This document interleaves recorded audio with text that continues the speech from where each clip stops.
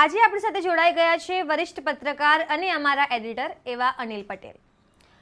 PM મોદીની સ્વાભિમાન યાત્રાથી માંડીને આમ આદમી પાર્ટીની હિન્દુત્વની વાતથી લઈને કોંગ્રેસની જન આક્રોશ યાત્રા સુધી આ તમામ બાબતે આપણે અનિલભાઈ સાથે ચર્ચા કરીશું. નમસ્કાર, હું છું ચંદ્રિકા પુત્રી નિરાલી.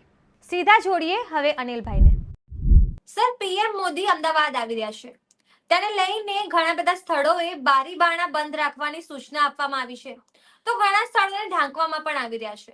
તમે આ વિશે શું વિચારો છો?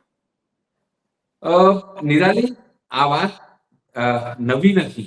જ્યારે પણ વડાપ્રધાન અહીંયા આવે છે અને જે વિસ્તારોથી તેમની રેલી નીકળવાની હોય, જે વિસ્તારોમાંથી તેમને કોન્વે નીકળવાનું હોય, તો તે વિસ્તારોમાં ગરીબી ન દેખાય તેના માટેની જે વ્યવસ્થા છે એ કરવામાં આવે છે. એટલે કે ગરીબી દૂર નથી કરવી, પણ ગરીબો ન દેખાય તેના માટેની વ્યવસ્થા થાય છે. તમને ખબર છે, નમસ્તે ટ્રમ્પ જયારે કાર્યક્રમ હતું ત્યારે પણ જે ટ્રમ્પ ને લોકો જે સ્ટેડિયમ જવાના હતા તો અથવા પીએમ ત્યાંથી નીકળવાના હતા તો ત્યાં પણ જે ઝૂંપડપટ્ટીઓને જે છે ત્યાં પડદો લગાવવામાં આવ્યો હતો. આનાથી રસ્તો છે. દિલ્હી હોય, યુપી હોય, જ્યાં પણ ભાજપનું શાસન છે, રાજસ્થાન કેમ ન હોય, જ્યાં પણ ઝૂંપડપટ્ટી દેખાય તો ત્યાં તમે એને ઢાંકી દો. હવે જે વાત તમે પૂછી છે એ વાત સાથે કેમ સમજ છું? કારણ કે એક પત્ર વાયરલ થયું છે. ત્યાં લોકલ જે રિવરફ્રન્ટ પીઆઈ, એ કેટલો સાચો છે કેટલો ખોટો છે મને ખબર નથી, પણ એ પત્રમાં લખેલું છે કે ભાઈ વડાપ્રધાનની સિક્યોરિટી માટે, વડાપ્રધાન નરેન્દ્ર મોદીના સિક્યોરિટી માટે જે લોકોએ તેમને ચૂંટ્યા છે એ લોકોએ, એટલે કે સ્થાનિકોએ પોતાના બારી બારણા, દરવાજા એ બધું બંધ રાખ્યું. સવાલ એ છે કે જે જનતાથી જોખમ છે વડાપ્રધાન નરેન્દ્ર મોદીને, અને જો જનતાથી જોખમ હોય તો એ શું કરવા આવતા હશે? મારો પહેલો સવાલ એ છે. ભાજપના એ તમામ લોકોને, સારા નેતાઓને, મોટા નેતાઓને અને સભ્ય નેતાઓને મારો સવાલ છે કે જો પીએમ ને આટલું ડર હોય તો એ કેમ આવતા હશે? બારી બારણા લોકોને બાનમાં લેવાનો પ્રયત્ન કરે છે, એ કેમ કરે છે? મોટો સવાલ છે. પણ આ ભાજપની હંમેશાથી પરંપરા રહી છે કે કોઈ દેખાવ નહીં. અને એ દિવસેની વાત કરું કે એ દિવસે ત્યાં કાઇટ ફેસ્ટિવલ છે. જર્મનના કાઉન્સિલ ચાન્સલર, એટલે કે ત્યાંના એક પ્રકારથી વડાપ્રધાન, વડા વ્યક્તિ, પીએમ જેવો વ્યક્તિ, એ વ્યક્તિ ત્યાં આવે છે, એટલે એની બી સિક્યોરિટીનો એક મોટો સવાલ છે. તો કઈ કાઇટ ફેસ્ટિવલ કે આજે ઉજવાય છે એવું તો છે નહીં. એની પહેલા પણ જ્યારથી વડાપ્રધાન આવ્યા છે ત્યારથી વડાપ્રધાન ઉજવે છે. જ્યારે તેઓ તત્કાલીન સીએમ હતા ત્યારથી એ તમામ વસ્તુઓ કરે છે. એની પહેલા પણ શું આવું લોકોને બાનમાં લેવામાં આવ્યા હતા કે શું? એક સવાલ છે. સિક્યોરિટી હોવી જોઈએ. જો આપણે ના નથી પાડતા, દેશના પીએમ છે, એનું સિક્યોરિટીનો સવાલ છે. દેશમાં જે રીતે અત્યારે માહોલ છે, તમને ખબર છે થોડા સમય પહેલા જ દિલ્હીમાં જે રીતે બ્લાસ્ટ થયા, જે રીતે કથિત આતંકવાદીઓ પકડાયા, જે રીતે અત્યારે જે દિલ્હીથી લઈને બધી જગ્યાએ તમે જુઓ જે રીતે અશાંતિ જેવો માહોલ છે, સ્વાભાવિક છે સિક્યોરિટીનો મુદ્દો, પોઈન્ટ ઓફ વ્યૂ છે. પણ એ સિક્યોરિટી કોને કરવાની? એ સિક્યોરિટી એજન્સીઓએ કરવાની છે. એ સિક્યોરિટી ગુજરાતમાં હોય તો હરસંઘની પોલીસની કરવાની છે. જો દિલ્હીમાં હોય તો અમિત શાહની પોલીસને કે બાકી એજન્સીઓની કરવાની છે. તો પછી લોકોને બાનમાં લેવાની જરૂર ક્યાં? મારો એક મોટો સવાલ. જે લોકો તેમને મત આપે છે, જે લોકો ટેક્સના પૈસા આપે છે, જે તમામ લોકો એમને માને છે, એમના પ્રશંસકો છે, એમને વ્યક્તિગત રીતે પસંદ કરે છે. ઘણા લોકો તેવા હોય કે જો તમે વડાપ્રધાન વિશે બોલો તો તમારી જોડે લડી જાય. એમની પાસે તર્કો હોય. એમના માટે વડાપ્રધાન નરેન્દ્ર મોદી ભગવાન જેવા છે, અજન્મા છે, અવિનાશી છે, વિશ્વગુરુ છે. તો પછી એવા વિશ્વગુરુને, અજન્મા અવિનાશી વ્યક્તિને ડર કેમ લાગવો જોઈએ? એક મોટો સવાલ છે. જો ડર લાગે છે, એનો મતલબ એવું છે કે તેમને ડર લાગે છે. અને માત્ર એમના માટે નહીં, પણ જે વિદેશી આવે છે એમને પણ ડર લાગે છે. જો તમે તમારી પોલીસ લોકોને બંધ કરીને, લોકોના બારણા, બારી, દરવાજા બંધ કરીને, તો લોકો શું કરે? લોકો શું ઘર ખાલી કરીને બીજી જગ્યાએ જતા રહે? વ્યક્તિગત હું માનું છું કે સરકારે શું કરવું જોઈએ? આટલી મોટી સરકાર તંત્ર છે, એ તમામ 20-25 હજાર લોકોને ત્યાંથી શિફ્ટ કરીને થોડા દિવસો 5 સ્ટાર હોટલમાં મોકલી દેવા જોઈએ. કુલ્લુ મનાલી ફરવા માટે મોકલા દેવા જોઈએ. જેથી બધું વિસ્તાર ખાલી થઈ જાય તો કોઈ ચિંતા જ ના કરે. તમને વ્યક્તિગત કહું. અથવા જ્યારે વડાપ્રધાન અહીંયા આવવાનો આખા અમદાવાદ ઉપાડીને બગોદરા એવી જગ્યાએ શિફ્ટ કરી દેવું જોઈએ ટ્રકોમાં ભરીને. આ ફિલ્મોમાં તમે નથી જોતા કે જ્યારે લોકો આવે તો શિફ્ટ કરી દે છે? અથવા તો ગિફ્ટ સિટીમાં બહુ મોટી જગ્યા છે. ગિફ્ટ સિટીમાં ત્યાં દારૂ બી અત્યારે તો કેવું છે, મળતું થઈ ગયું છે. એટલે ત્યાં જઈને લોકોને મજા કરાવવી જોઈએ, જેથી લોકોને અહીંયા ચિંતા ન રહે. તમે સમજો કેવા મૂર્ખ લોકો છે આ લોકો. બારી બારણા બંધ કરી લોકો ઘરમાં બંધ કરીને અંદર રહે. 12 તારીખ આપણે ત્યાં ઉત્તરાયણ છે, એટલે તમે ઉત્તરાયણ મનાવો, અમે બારી બારણા બંધ કરીને તમારું ઉત્તરાયણ ટીવીમાં જોઈશું. તમે કેવું લાગે છે, કેવી વિચિત્ર નિર્ણય છે. જો આ સાચું હોય તો આ એસ્યુમ કરું છું, જે લેટર પડતો થયો છે વાયરલ, કેટલું સાચું છે કેટલું ખોટું છે એ મને ખબર નથી, પણ વાયરલ થયો છે. એ વાયરલના આધારે હું તમને કહું છું નિરાલી, કે વડાપ્રધાન આવે રિવરફ્રન્ટના સોસાયટીઓને આવી રીતે સીધી રીતે ધમકી જાય પીઆઈ કે ભાઈ તમે બંધ રાખજો, અને જો નહીં બંધ રાખે તો તમે શું કરવાના છો. સવાલ એ છે, એ પણ તો છે ને, તો જો મારે બંધ નથી રાખવું, મારે પતંગ ચગાવવું છે, ધાબા ઉપર જવું છે એ દિવસે, કારણ કે 12મી, 13મી, 14મી, 15મી 4 દિવસ તો લોકો ઉજવણી કરતા હોય છે આપણા ગુજરાતમાં. પતંગ ઉડાવતા હોય છે, પ્રી ઉત્તરાયણ, પોસ્ટ ઉત્તરાયણ, આ તમામ પ્રકારના ઇવેન્ટ થતી હોય છે, એક મોટો માર્કેટ હોય છે. તો શું જે રિવરફ્રન્ટ પર જે લોકો રહે છે સોસાયટીઓમાં, ફ્લેટોમાં, એ લોકોએ ગુનો કર્યો છે ત્યાં, કે ભાઈ જયારે પણ વડાપ્રધાન અહીંયા આવશે ત્યારે આપણે બારી બારણા બંધ કરીને ઘરમાં રહેવાનું છે. લોકો નથી કહેતા, હું તમને હજુ બી કહી દઉં, આ લોકોનો સવાલ નથી, કોઈએ મને ફોન કરી નથી કીધું કે તમે આવી ટીકા કરો, પણ એક નાગરિક તરીકે, દેશના નાગરિક તરીકે, અને બીજી વાત એક સારા પત્રકાર તરીકે, હું પોતાને સારો પત્રકાર ગણું જ છું, ગુડ જર્નલિસ્ટ.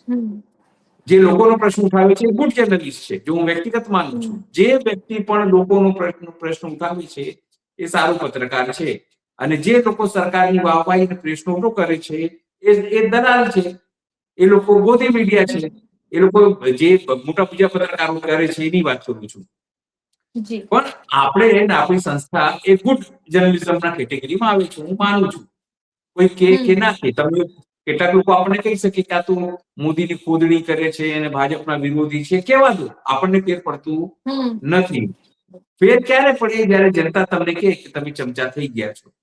આપણે કોઈને ચમચા નથી. વાત મુદ્દાની એ છે કે એવો લેટર વહેતો થયો છે, જો એ સાચો હોય તો એનો ખુલાસો કરવો જોઈએ હરસંઘવી, અને જે ખોટો હોય તો એનો બી પોલીસે કે કમિશનર ખુલાસો કરવો જોઈએ કે ભાઈ આવું નથી, અમે કોઈને બંધ કરવાની વાત નથી કરી, પણ હજુ સુધી કોઈ ખુલાસો આવ્યો નથી. એટલે ચિંતા એ વાત છે કે હવે વડાપ્રધાન આવશે એટલે લોકોએ આખા અમદાવાદીઓને ઘરમાં પૂરાઈને રહેવું પડે. અમદાવાદીઓ કરતા વ્યક્તિગત હું માનું છું કે જો રિવરફ્રન્ટના આસપાસ લોકો છે એને ઘરમાં પૂરાઈને બંધ રહેવું પડશે. સર, આના સંબંધિત મારો બીજો સવાલ છે. સોમનાથમાં સ્વાભિમાન પર્વની ઉજવણી છે એ કેટલી ધાર્મિક છે અને કેટલી રાજનીતિક છે? જો હું તમને કહું, તમને ખ્યાલ હોય તો આપણે જગદીશ મહેતા જે વરિષ્ઠ પત્રકાર છે રાજકોટ, એમની સાથે વાતચીત કરી. લોકોએ કોમેન્ટ કેવા કર્યા કે બીજા જે લોકો છે, બીજા લોકોમાં આવો ન કરી શકે, પણ એ ગધેડાઓને એ વાતની ખબર નથી, એ ભક્તોને એ વાતની ખબર નથી કે 1000 વર્ષ તો આ વખતે થયા, એની પહેલા ક્યાં થવાનું હતું. પણ આ દેશમાં દેશ સંવિધાનથી ચાલે છે. જો તમને કહી દઉં, બાબા સાહેબ લખેલા, નહેરુજીએ, ગાંધીજીએ, સરદાર વલ્લભભાઈ પટેલે, એના જેવા હજારો લોકોએ મહેનત કરીને સંવિધાન, દેશને આઝાદ કરાવીને, આપણે એવું નથી કહેતા કે જે ભગતસિંહ હતા એમનું કોઈ યોગદાન નથી, ચંદ્રશેખર આઝાદનું યોગદાન નથી, બીજા જે સુભાષચંદ્ર બોઝ, એ બધાનું યોગદાન છે. આપણે કોઈને શ્રેય નથી આપતા કે કોંગ્રેસમાં સો વ્યક્તિએ કરાયું છે, આપણે બધાને શ્રેય આપીએ છીએ. આજે જે દેશ બન્યું છે એમાં વડાપ્રધાન નરેન્દ્ર મોદીનું પણ યોગદાન છે, જે પણ યોગદાન, પણ એમનું યોગદાન છે. અને એની સાથે જે લોકો અત્યાર સુધી દેશને ચલાવતા આવ્યા છે, કોંગ્રેસના હોય, ભાજપના હોય, જનતા પાર્ટીના હોય, એનડીએ ના હોય, યુપીએ ના હોય, ઇન્ડિયા ગઠબંધન ના હોય, કે પછી કોઈ પણ હોય, બધાનું કંઈક ને કંઈક યોગદાન છે, એટલા માટે આ દેશ બન્યો છે. હવે તમારો સવાલ જે મૂળ છે કે રાજનીતિક કેટલો અને ધાર્મિક કેટલો. ધાર્મિક છે, ધાર્મિક રામ મંદિર પણ હતું, કેટલું મોટું ઉત્સવ હતું, તમને ખ્યાલ છે. પણ ત્યાં જે લોકો હારી ગયા, યુપીએ એમનું 400નું સપનું અટકાવી દીધું. કેમ? કારણ કે લોકોને ખબર છે કે એમના મૂળ જે મુદ્દાઓ છે એ સોલ્વ થયા નથી. જે વાત કહીને વડાપ્રધાન નરેન્દ્ર મોદી વડાપ્રધાન બન્યા હતા, એટલે કે તત્કાલીન સીએમ વડાપ્રધાન બને, શું કીધું હતું?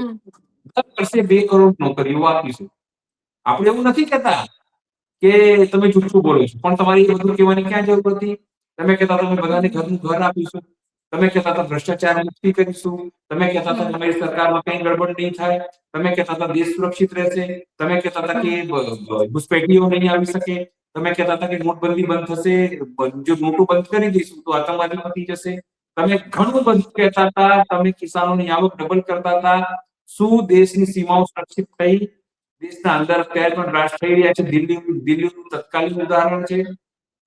ગુજરાતમાં લોકો ગરીબીની વાત કરી રહ્યા છે. તમે લોકો રોજ ફિલ્ડમાં જાઓ છો, રોજ લોકો વાત કરે છે કે પૂરું થઈ શકતું નથી. ડોલર ક્યાંથી ક્યાં પહોંચ્યું, રૂપિયો કેટલી તળિયે ગયો એ પણ આપણે બધાને ખબર છે. તમે કરો આ વસ્તુ નથી. આ મુદ્દાઓ છે. કેટલાક લોકોને એવું કહી શકે કે આપણી આ તો સ્વાભિમાન પર્વ છે, કેમ ના હોવું જોઈએ? હોવું જ જોઈએ. પણ મૂળ મુદ્દા પણ જો કોઈ પણ દેશ સ્વાભિમાન ક્યારે થાય? જ્યારે લોકો રહે ત્યારે. પણ લોકો જ ના હોય તો, લોકો તમારા ગરીબીથી ત્રસ્ત હોય તો, એ આમાં વ્યક્તિગત માન્યતા છે નિરાલી, કે આ લોકોની વાત છે. જો સ્વાભિમાન ક્યારે આવશે? જ્યારે તમારા લોકો તમારી સાથે રહેશે તો, જ્યારે તમારા લોકો સમૃદ્ધ રહેશે તો, જ્યારે તમારા યુવાનોને રોજગારી મળશે તો, જ્યારે તમારા દેશની અર્થતંત્ર ખૂબ ઊંચે જશે તો. પણ જ્યારે તમે દેશની અંદર ભાગલા પાડો અને રાજ કરોની નીતિ કરશો, એ બહુતાવાદને તમે પ્રાધાન્યતા આપશો તો તમારી હાલત કેવી થશે? તમારી હાલત પાકિસ્તાન જેવી થશે, તમારી હાલત બાંગ્લાદેશ જેવી થશે. સમજો, એક સમય એકમાત્ર હિન્દુ રાષ્ટ્ર હતું, તમને ખબર છે કયું? નેપાળ. આજે પણ સેક્યુલર થઈ ગયો. કેમ થઈ ગયો? સમજ્યા તમે વાત? આપણે કોઈ દેશની ટીકા કે એવું નથી કરતા, પણ દેશ સંવિધાનથી ચાલે છે. તમામ ધર્મના લોકોને અહીંયા રહેવાનો અધિકાર છે. તમામ ધર્મને પોતાનો ધર્મ પાળવાનો અધિકાર છે. રામ મંદિર જી. બની ગયું છે, તમને કહી દઉં. પણ મસ્જિદ માટે જે જમીન એલોટ થઈ હતી, એ મસ્જિદ જે છે એનું પ્લાન પાસ પણ હજુ થયું નથી. સમજો, આપણે એવું કોઈ થવા માંગતા નથી. એ વાત સાચી છે. તમે એવું કહી શકો કે આ મુસ્લિમો આયા, આક્રાંતા હતા. પણ સાહેબ, આર્યો જે છે એ લોકો કોઈ તો ત્યાંથી માઇગ્રેટ કરીને અહીંયા જ આવ્યા હતા. જેને તમે સનાતની કહો છો, જેને તમે હિન્દુ કહો છો. અને તમને એ પણ માહિતી આપી દઉં, લોકો હિન્દુ હિન્દુ હિન્દુની વાત કરે છે, પણ આ હિન્દુ નામ પણ ઈરાનીઓએ આપણને આપેલું. એ લોકોને સિંધુ બોલતા નતું આવડતું. એ લોકો હ ઉચ્ચારણ કરતા હતા, એટલે સિંધુ એ લોકો હિન્દુ બોલતા થયા. સમજો, એટલે જે હિન્દુની વાત કરીએ છીએ, હિન્દુત્વ બી આપણું નથી નામ. એ મુસ્લિમ કન્ટ્રીમાંથી આવેલા લોકો તત્કાલીન સમયે એ લોકો આપણે તો મૂળ સનાતનીઓ છે. અને સનાતનની અંદર તમામ ધર્મ આવી જાય છે, તમામ સંપ્રદાયો છે. ક્રિશ્ચિયનોની તમે વાત કરો, તમે મુસ્લિમોની વાત કરો, આપણે સનાતન તરીકે હું એક વ્યક્તિગત માનું છું. કારણ કે સનાતનની અંદર તમે મૂર્તિની પૂજા કરો છો, તમે મંદિરમાં પૂજા કરો છો, ભગવાન દેખાય છે તો પણ પૂજા કરો છો, ભગવાન નથી દેખાતા તો પણ તમે પૂજા કરો છો. તમે વડની પૂજા કરો છો, નદીની પૂજા કરો છો, સમુદ્રની પૂજા કરો છો, તમારા કમ્પ્યુટરની પૂજા કરો છો, તમારા વાહનની પૂજા કરો છો, તમારા જે ગાડી છે એની પૂજા કરો છો. તમારા ઘરમાં કંઈ પણ વસ્તુ હોય, એક એક નાની નાની, જો ખેડૂત હોય તો તમે હળની પૂજા કરે, ટ્રેક્ટરની પૂજા કરે. તમામ લોકો પોતાની રીતે પૂજા કરે છે, છતાંય તમામ લોકો સનાતની છે, હિન્દુ છે. સમજો, પણ ભાજપ શું કરે છે? જો તમે રામને માનશો, પહેલા રામ ઉપર આવ્યા, રામમાં હાર્યા તો સીધા ઓરિસ્સા ગયા. ઓરિસ્સા જઈને શું કીધું એમને? જય જગન્નાથ. તમે સમજો, પછી એમને શું થયું કે હવે જય જગન્નાથ તો હવે ત્યાં ઠીક છે, બધું સત્તા મેળવી લીધું. હવે તેઓ પાછા ગુજરાત આવ્યા. એમણે યાદ શું કર્યું? કે ગજનવીએ કરેલું. આપણે વાંધો નથી, ઠીક છે, ગજનવીએ કરેલું, એ વાત બી હકીકત છે. પણ ગજનવીને કરાવવામાં આવ્યું હતું. ઇતિહાસના તમે પાના ખોલશો તો તમને ખબર પડશે કે મંદિર બતાવનારા કોણ હતા? એ આપણા જ જયચંદો હતા. પણ આપણે કોઈને કહીશું કે બધાને મરચા લાગશે, કારણ કે ક્યારે ઇતિહાસ વાંચતા નથી એ લોકો. જો એના પાના તમે પલટો તો તમને ખબર પડશે કે આપણા જયચંદો પેલાને લઈને અહીંયા આવ્યા હતા. એને કોઈ સપનું નહોતું આ રસ્તે જઈને લૂંટીએ. પણ એ ચર્ચા કરવા માટે લાંબી વાત થઈ જશે. વસ્તુ સ્થિતિ એ છે નિરાલી, કરેમાં કોઈને વાંધો ના હોઈ શકે. આપણું બી સવાશેર ખૂન જે છે વધી જાય છે. આપણું સંસ્કૃતિની પૂજા થઈ રહી છે, સ્વાભિમાન પર્વ થવું જ જોઈએ. પણ સવાલ એ છે કે તમે જે દેશમાં 80 કરોડ લોકોને તમે મફતમાં અનાજ આપવા માટે મજબૂર છો, અને તમે દાવા કરો છો કે અમે ચોથા અર્થતંત્ર બની ગયા છે, એવા દેશમાં આટલા મોટા તાયફાઓ પોસાશે? કરોડો રૂપિયા સાહેબ એનામાં ખર્ચો થઈ રહ્યો છે. સાદગીથી પણ આ વસ્તુ થઈ શકે, ના થઈ શકે? તમે એકલા જાઓ, આરામથી પૂજા કરો, ત્યાંથી 2 4 10 લોકોને તમે વસ્તુ કરો, અને પછી એની ઉજવણી કરો. જરૂરી નથી આટલું તામઝામનું. ભગવાને ક્યારે નથી કીધું તમે આટલું તામઝામ કરો. મહાદેવ તો પોતે ફક્કડ આદમી હતા.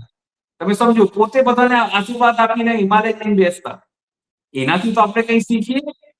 સૌથી પારિવારિક દેવ હોય નિરાલી તો મહાદેવ છે. તમે જુઓ, કોને સાથે રાખે? પત્ની એમની સાથે એ પૂજાય, એમના બંને બાળકો પૂજાય, એમના નંદી પૂજાય, ગણેશનું મૂષક પૂજાય, કાર્તિકેયનો મોર પૂજાય, એમનું તમામ વસ્તુ એટલે સંપૂર્ણ કેવાય પેકેજમાં ભગવાનમાં એક છે.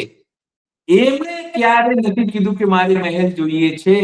તમારા કર્મથી તમે સારા થાવ, તમામ વસ્તુ થશે. એનો મતલબ શું થયું કે આની પાછળ કોઈ મોટિવેશન તો હશે ને કે 1 વર્ષ સુધી તમારે આ ચલાવવાનું છે. ગુજરાતની અંદર સ્થાનિક સ્વરાજ્ય ચૂંટણીઓ છે. ગુજરાત 2027માં ચૂંટણીઓ છે. એના પછી પશ્ચિમ બંગાળમાં ચૂંટણીઓ છે. એના પછી ઉત્તર પ્રદેશમાં ચૂંટણી, ઉત્તર પ્રદેશ અને યુપીમાં તો લગભગ 2-4 મહિના અંતરમાં ચૂંટણી હોય છે. તમે સમજો. એટલે સીધી રીતે ધાર્મિકની સાથે એમનું રાજનીતિક પોઈન્ટ ઓફ વ્યૂ પણ છે. એ આપણે નકારી શકતા નથી. હા, કેટલાક લોકોને આ વસ્તુ ગમી શકે છે કે હિન્દુઓની વાત કરે છે, હિન્દુ હિતની વાત કરે છે, હિન્દુ હિતની વાત કરે છે. તમને ખબર છે કે અમદાવાદમાં 2 ગટરોમાં 2 વ્યક્તિઓ, એક બાળક પડી ગયો, નોર્મલ વ્યક્તિ પડીને મરી ગયો. શું એ હિન્દુ નહોતા? સવાલ નહીં થાય તમને? એ હિન્દુ નથી. એ કોળી સમાજની જો વાત કરીએ, નવનીતભાઈને માર્યા, શું એ હિન્દુ નહોતો? ભાઈ સવાલ નથી થતું તમને? હિન્દુ નથી. આ ખેડૂતો જે આંદોલન કરવાની વાત કરતા હતા અને કિસાન સંઘ જયારે ફસી ગયો, તો શું એ હિન્દુ નથી? કિસાનો, આ ખેડૂતો હિન્દુ નથી? જે મહિલાઓને, ખેડૂત મહિલાઓને જે ભુજની અંદર, કચ્છની અંદર જે વાડ જે નાખવાની બાબતે, બીજાની બાબતે પોલીસ ખેંચીને તેમને માર્યા, તેમના કપડા ફાડ્યા, શું એ લોકો હિન્દુ નથી? સવાલ એ થાય ને, તમે હિન્દુ નથી, શું હું હિન્દુ નથી? પણ વાત અહીંયા અધિકારની છે. તમે સમજો, વાત અહીંયા એ છે કે તમે ખોટા ખર્ચા ના કરો. આપણો દેશ ગરીબ છે, એના માટે તમારે કોઈ બીજી યોજનાઓ કરો તમે, જેનાથી લોકોને ફાયદો થઈ શકે. હિન્દુ હિતની વાત કરેગા, વહી દેશ કા રાજ કરેગા. બરાબર છે ભાઈ, આ બહુતાવાદી માનસિકતા છે.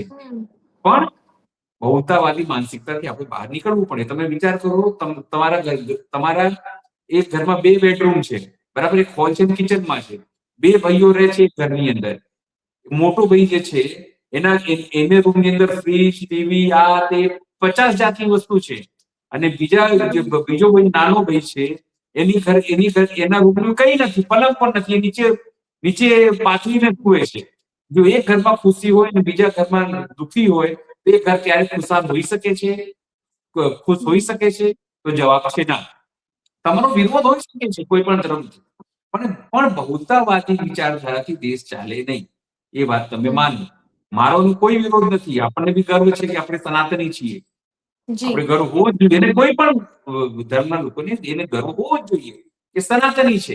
આપણને ભગવાને આ ધર્મની અંદર આ જન્મ આપ્યો, આપણી મોટી વાત છે કે આપણે સંકુચિત વિચારધારાના નથી.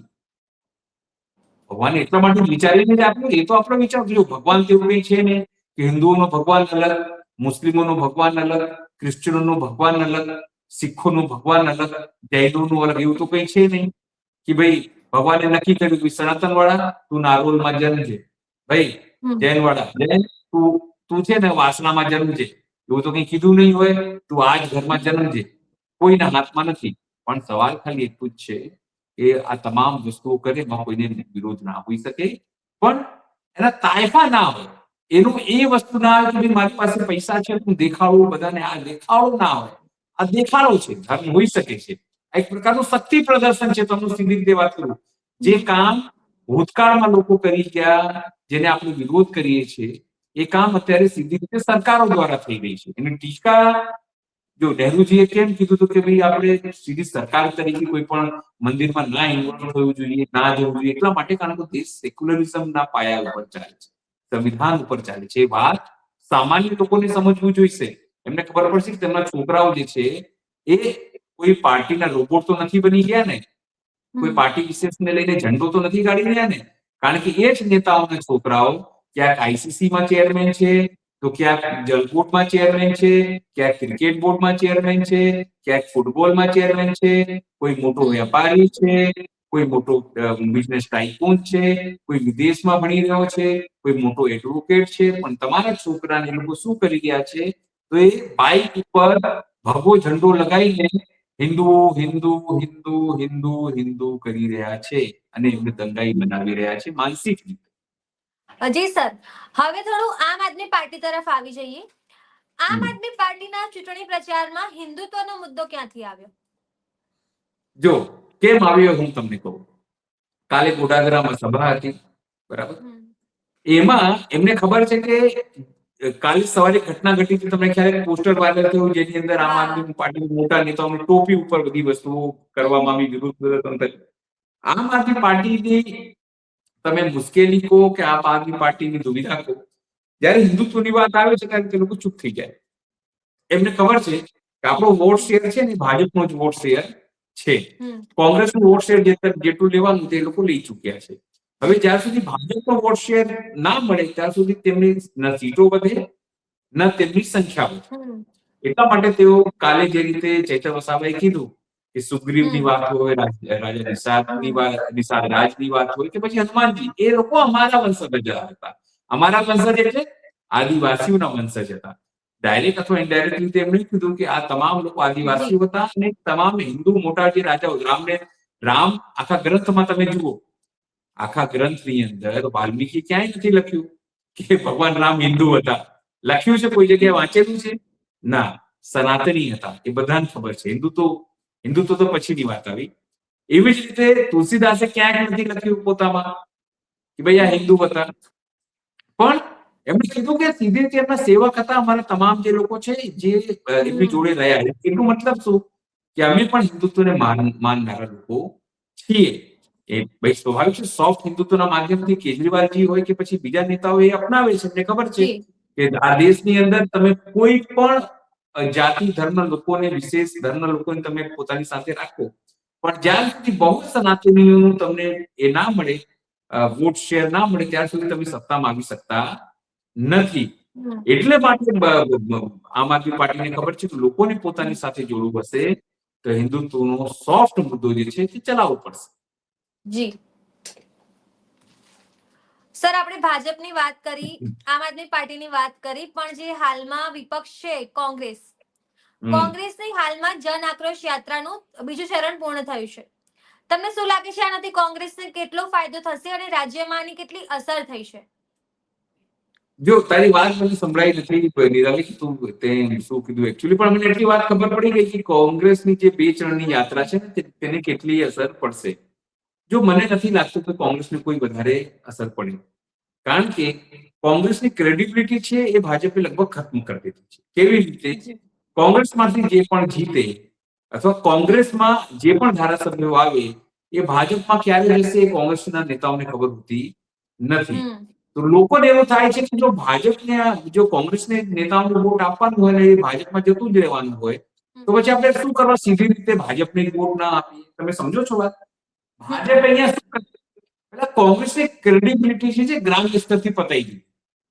કોંગ્રેસના નેતાઓ વફાદાર નહીં. આપણે ભૂતકાળમાં જોયું સાંસદ ધારાસભ્યો કેવી રીતે જતા રહે છે, નેતાઓ કેવી રીતે છોડી જઈ રહ્યા છે. એમને ત્યાં કશું નથી મળતું. તમે જુઓ, અલ્પેશ ઠાકોરને કંઈ મળ્યું તો ના, સીજે ચાવડાને કંઈ મળ્યું તો ના, હાર્દિક પટેલને કંઈક મળ્યું તો ના, હા અર્જુન મોઢવાડિયાને મળ્યું, કારણ કે કમિટમેન્ટ સાથે આવ્યા કે હું આવું છું તો મારે તમારી એમને પણ છેલ્લી ઘડી એમને આપ્યા છે.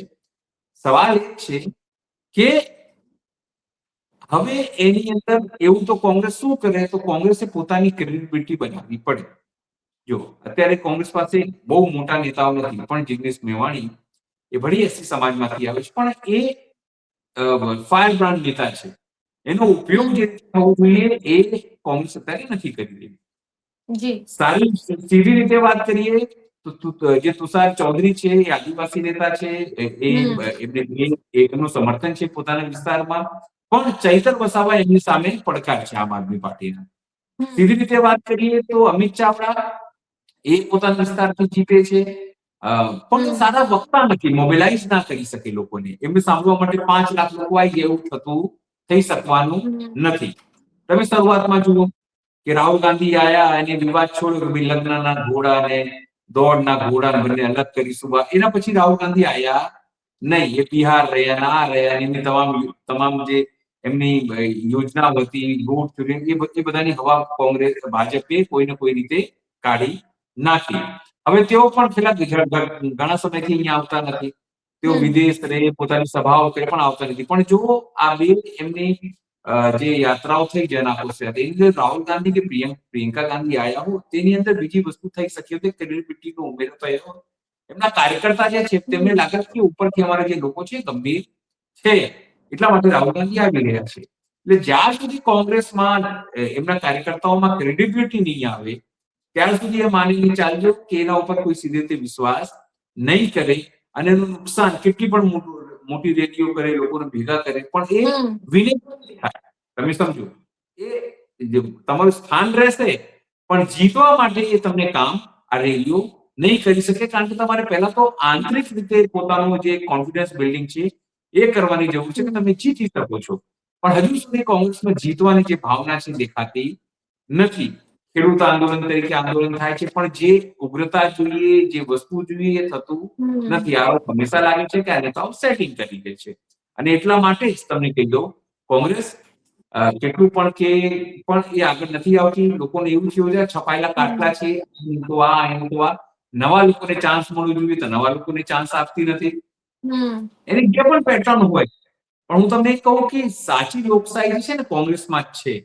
તમે જો કિરીટ પટેલે કેટલી મોટી ધમકી આપી, આ બધી વસ્તુ કરી, પણ કિરીટ પટેલ કોંગ્રેસમાં જ છે, એના ધારાસભ્ય જ છે.